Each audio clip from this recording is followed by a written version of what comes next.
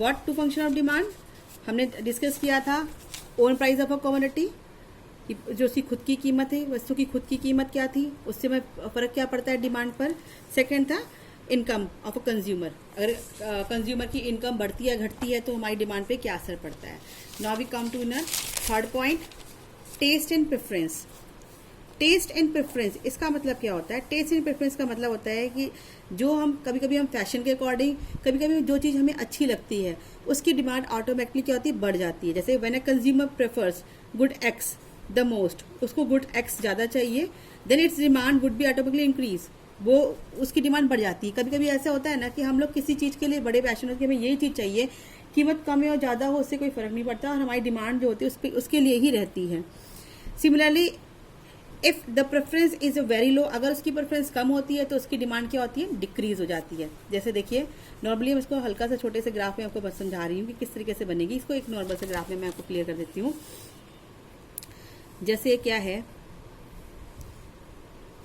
एक थिंग है एक्स, उसका प्राइस मान लीजिए 10 रुपीज़ है, ठीक है, प्राइस 10 रुपीज़ है, डिमांड उसकी इतनी ही है, ठीक है, ये क्वांटिटी है उसकी, डिमांड है इतनी है।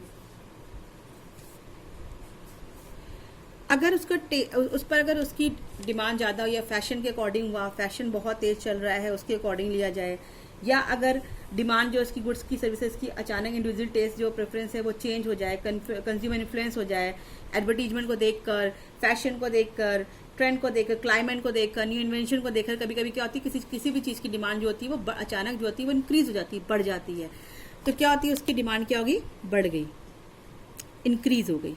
डिमांड क्या होगी उसकी, आपकी Q से Q1 होगी, यानी डिमांड क्या होगी आपकी, इंक्रीज होगी। प्राइस उतनी ही है बट अकॉर्डिंग टू टेस्ट और प्रेफरेंस चेंज होने की वजह से क्या होती है, उसकी डिमांड जो है वो इंक्रीज होगी। इसकी डिमांड कितनी होगी आपकी, वो इंक्रीज होती चली गई। सेम अगर हम इसका अपोजिट लें कि अगर क्लाइमेट चेंज या फैशन या आपका न्यू इन्वेंशन है, अगर हम इनको लेके चलते हैं तो क्या होती है, अदर, ये ध्यान रखना है इसमें, अदर थिंग रिमेन कांस्टेंट, हम अदर थिंग को कांस्टेंट रखते हैं कि अदर थिंग्स जो है उसका इस पर कोई इफेक्ट नहीं पड़ता है, यानी कि जो कंज्यूमर की इनकम भी कांस्टेंट है। सेकंड पॉइंट, जो वस्तु की कीमत है यानी प्राइस ऑफ ओन कमोडिटी भी कांस्टेंट है, मतलब अदर थिंग अगर हम टेस्ट और प्रेफरेंस को छोड़ दें तो सभी चीज़ क्या है, कांस्टेंट है। तो अगर कुछ चेंजेस होता है, लाइक हमारे फैशन में किसी की प्रेफरेंस, मान लीजिए मुझे कोई चीज़ बहुत अच्छी लगती थी, अब वो चीज़ मुझे नहीं अच्छी लगती है, मुझे नहीं चाहिए, ठीक है, तो नेचुरल सी बात है मैं उसकी डिमांड कम कर दूंगी। डिमांड कम कर दिया तो क्या हो गया, ये हमारा इसकी एक कस्टमर कम हो गया तो उस चीज़ की प्रोडक्ट की डिमांड क्या होती है, वो कम हो गई है, ठीक है। पहले मैं नॉर्मल टी पिया करती थी, मैं उसको प्रेफरेंस देती थी, तो मैं चाय बहुत ज़्यादा शौकीन हूँ चाय की, और मैं चाय बहुत पीती हूँ, तो उसकी शौकीन थी तो मैं नॉर्मल टी बहुत मंगाया करती थी।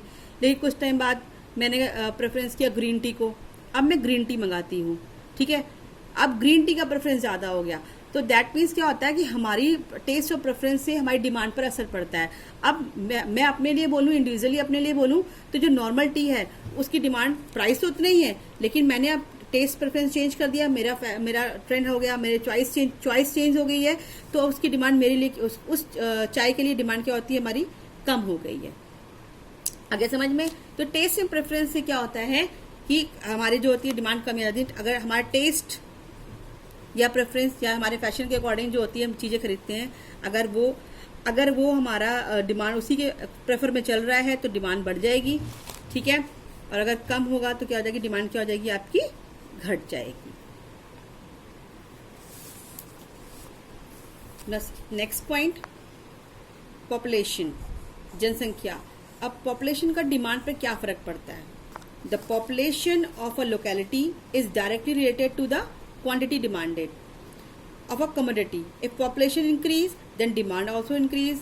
In population decrease, then demand also decrease. ठीक है, यानी पॉपुलेशन का यानी कि जनसंख्या का किसी वस्तु की डिमांड पर जो होता है वो असर कम या ज़्यादा भी पड़ता है। अब एक नॉर्मल सी बात समझते हैं कि भाई देखो ऐसा है, हम शहर की और गांव की बात कर लेते हैं, ठीक है। शहर और गांव की अपेक्षा हम देखते हैं कि किस में डिमांड ज़्यादा है। अभी मैं सिरसा की बात करती हूँ, एक सिरसा जोन की बात करती हूँ, वहाँ पर किसी वस्तु की डिमांड की बात करती हूँ, ठीक है, और मैं डिंग की डिमांड की बात करती हूँ, ठीक है। अब सिरसा के कंपैरिजन में डिंग छोटा है, पॉपुलेशन अगर देखी जाए, सिर्फ डिंग की बात करती हूँ मैं, तो डिंग की पॉपुलेशन जो होती है वो कम है, बट सिरसा की पॉपुलेशन क्या है, वो कंपेयर टू डिंग ज़्यादा है, तो किसी वस्तु की डिमांड वहाँ पर ज़्यादा होगी और यहाँ पर कम होगी। आप किसी भी वस्तु की डिमांड को ले सकते हैं, बहुत सी चीज़ें होती हैं जिसकी डिमांड वहाँ पर ज़्यादा क्वांटिटी में होती है, यहाँ पर लिमिटेड रखते हैं। आप लेने जाओ तो बोलते हैं स्टॉक आउट है, यहाँ पर नहीं है, इतनी चीज़ नहीं रखते हैं हम क्योंकि इसकी डिमांड नहीं है यहाँ पर, लेकिन आपको सिरसा में वो चीज़ें मिल जाएंगी। तो पॉपुलेशन का बहुत फर्क पड़ता है डिमांड पर कि कहाँ, जहाँ की पॉपुलेशन ज़्यादा होगी वहाँ पर कंपैरिजन डिमांड उनकी ज़्यादा होगी, जहाँ पे पॉपुलेशन कम होगी वहाँ पर डिमांड जो होती है उस चीज़ की कम होगी। बहुत से शॉप की दुकानें देखिए, यहाँ पर बहुत सी शॉप हैं, बहुत सी दुकानें हैं, आपको दिखेंगी, बहुत रेयर है, बहुत कम है, यहाँ नहीं मिलती है क्योंकि यहाँ पर इतनी पॉपुलेशन की डिमांड नहीं, उस चीज़ की डिमांड नहीं, तो वो यहाँ नहीं रखते हैं, भी है तो बहुत कम उनकी सेल है। और सिरसा में पॉपुलेशन ज़्यादा तो सेल ज़्यादा। आप किसी भी चीज़ की ले सकते हो, आप खाने पीने से लेकर किसी भी चीज़ के सामान की आप उसको देख सकते हो। डिमांड जो पॉपुलेशन पे फ़र्क पड़ता है कि अगर पॉपुलेशन ज़्यादा है तो डिमांड बढ़ जाएगी, कम है तो डिमांड क्या होती है उसकी कम होगी। नेक्स्ट फंक्शन है प्राइस रिलेटेड गुड्स। इसमें 2 टाइप्स के होते हैं, एक सब्स्टिट्यूट गुड्स होता है, एक कॉम्प्लीमेंट्री गुड्स होता है। अभी मैं आपको सब्स्टिट्यूट गुड्स बताती हूँ। सब्स्टिट्यूट गुड्स को हिंदी बोलते हैं शायद प्रतिस्थापन वस्तुएं। प्रतिस्थापन वस्तु का मतलब होता है कि एक के बदले हम दूसरे का इस्तेमाल कर सकते हैं। लाइक टी एंड कॉफ़ी, भाई अगर चाय और कॉफ़ी का देखा जाए तो दोनों एक दूसरे के सब्स्टिट्यूट है, चाय नहीं तो हम कॉफ़ी पी लेते हैं, तो सब्स्टिट्यूट गुड्स कहलाते हैं। These are the goods which can be substitute for each other such as tea and coffee. और अगर और एग्जाम्पल देखना है तो बॉल पेन और इंक पेन। अगर आपके पास जेल पेन नहीं है तो आप बॉल पेन, जैसे ये बॉल पेन, आप ये भी ले सकते हो। ठीक है। Increase the price of one causes increase in demand for the other. अगर किसी एक का प्राइस बढ़ जाता है तो दूसरे का प्राइस तो कांस्टेंट है, लेकिन उसकी डिमांड क्या होती है, अपने आप ही इंक्रीज हो जाती है। अगर हम कॉफ़ी के एग्जाम्पल ले लेते हैं, मान लीजिए हमने कॉफ़ी का एग्जाम्पल लिया कि कॉफ़ी और टी का एग्जाम्पल ले लिया, हमने इन दोनों का एग्जाम्पल लिया है। अगर प्राइस ऑफ टी के प्राइस अचानक बहुत ज़्यादा बढ़ जाएं, बहुत ही बढ़ जाएं, तो क्या होगा। अगर आपको पता है डिमांड का एक नियम, मेन इंपॉर्टेंट नियम क्या है कि अगर price of a thing increases तो demand of quantity demanded decreases. तो अगर प्राइस ऑफ अ टी यानी चाय के रेट बढ़ जाते हैं तो चाय की डिमांड क्या हो जाती है, वो कम हो जाती है। अगर मान लो कॉफ़ी की डिमांड, कॉफ़ी के प्राइस तो कांस्टेंट है, तो कुछ लोग ये कहते हैं कि अगर कॉफ़ी के प्राइस इतने ज़्यादा हो गए हैं कि टी के प्राइस इतने ज़्यादा हो गए कि कॉफ़ी के बराबर हो गए, तो हम टी क्यों ले, हम कॉफ़ी ही लेते हैं। तो कॉफ़ी की डिमांड क्या होती है, अपने आप ही इंक्रीज हो जाती है। देखिए ध्यान से समझिएगा, मैं ग्राफ के थ्रू थोड़ा सा समझा रही हूँ आपको। ये इसमें 2 ग्राफ बनाती हूँ, हालांकि ये ग्राफ आगे एक्सप्लेन किया जाएगा, लेकिन मैं फिर भी आपको समझा देती हूँ। ये टी के लिए बना रही हूँ, ये किसके लिए बना रही हूँ मैं, टी के लिए, चाय के लिए। ठीक है। पहले प्राइस के पी थे, क्वांटिटी जो थी इसकी आपकी क्यों थी, ये प्राइस का है और ये क्वांटिटी का है। अब क्या हो गया, इसके प्राइस इंक्रीज हो गए। मान लीजिए इसके कितने हो गए, P1 हो गए। मैंने आपको बताया डिमांड का फर्स्ट नियम क्या होता है, फर्स्ट रूल क्या होता है, अगर प्राइस इंक्रीजेज तो क्या होती है, नॉर्मल गुड्स के लिए तो क्या होता है, आपका डिमांड क्या होता है, डिक्रीज हो जाती है। तो प्राइस की डिमांड क्या होती है, कम हो जाएगी। ये यहाँ पर Q से यहाँ पर शिफ्ट हो जाएगा, इसमें क्या हो जाएगा, Q1 से हो जाएगा। ये तो टी के पर असर हुआ कि प्राइस बढ़ गए, तो क्या होगी आपकी, प्राइस बढ़ गए तो डिमांड क्या होगी, कम होगी। अब हम आते हैं कॉफ़ी के लिए, सेम चीज़ कॉफ़ी को बनाते हैं। कॉफ़ी के रेट कांस्टेंट ही रखेंगे, पहले भी उतने ही थे और अभी भी उतने हैं। ये रही कॉफ़ी का, कॉफ़ी पहले भी इतनी की क्वांटिटी में थी, इतने प्राइस थी उसके, तो उसकी क्वांटिटी कितनी थी, इतनी थी, मान लीजिए क्यों क्वांटिटी थी इसकी। ठीक है। प्राइस कांस्टेंट है, प्राइस में कोई भी चेंजेस नहीं है, कितना भी चेंजेस नहीं है, प्राइस कांस्टेंट है। ये तो डिमांड, ये तो इसका आपको असर पड़ा। ये किसका है, ये हमारा ग्राफ जो जा रहा है, ये हमारा ग्राफ जा रहा है किसके लिए जा रहा है, डिमांड ऑफ टी के लिए जा रहा है। ठीक है। अब यहाँ के लिए देखते हैं, यहाँ पर प्राइस उतने ही है, प्राइस में कोई चेंजेस नहीं है, लेकिन क्या हो गया, क्वांटिटी चेंज होगी। मैंने आपको बताया ना कि टी के रेट अचानक ही बढ़ गए, तो जो कस्टमर टी के थे वो कहाँ पर शिफ्ट हो गए, आपके पास कॉफ़ी में शिफ्ट हो गए। होता ही है, कभी कभी हम लोग जाते हैं और हमें ऐसा लगता है कि 2 चीज़ों में जो किसी के रेट कम या ज़्यादा होते हैं, दो ऐसी चीज़ें हैं जो सब्स्टिट्यूट गुड्स हैं। ठीक है। एक जो नॉर्मल रेट का था वो अचानक हाई हो जाता है, तो हम क्यों सोचते हैं कि जो हाई रेट का क्यों ना उसको ले लिया जाए, तो हम उसकी तरफ झुकाव कर जाते हैं।